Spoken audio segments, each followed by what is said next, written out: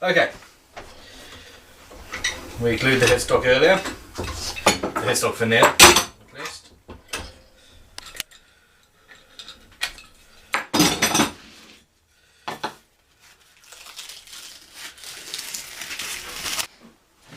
I don't tend to use actual veneers for our headstocks. We prefer a slightly thicker 3 or 4 mil piece of wood for the structural benefit that that gives. However, as you can see, this is much easier to pare down and get looking pretty.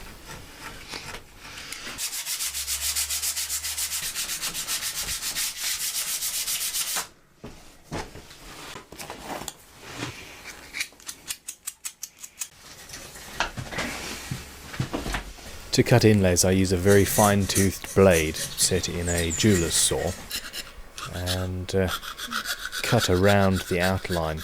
The outline is held onto the material, in this case mother of pearl, just with standard masking tape. The very final details are achieved using various needle files and a close eye.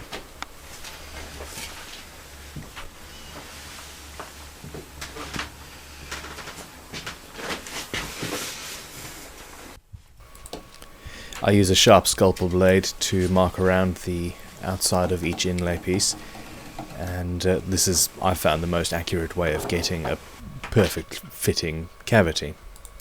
A lot of people say that you should hold your inlay piece down to the body of the instrument using double-sided tape or similar, and I utterly disagree. That tends to break the delicate mother of pearl.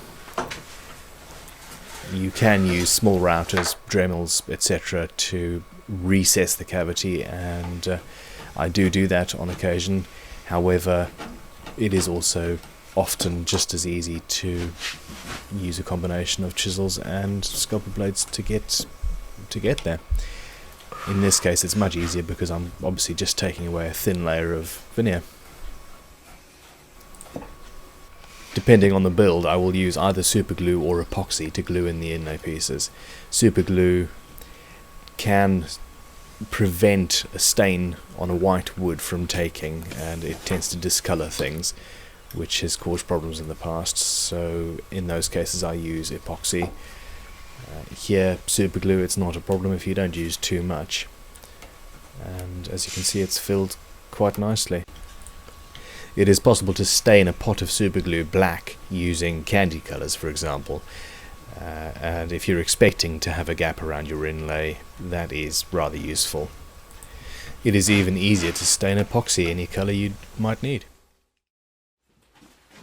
Finally, after a short wait, the glue is cured and you file away all of the excess material, and you end up with your inlay.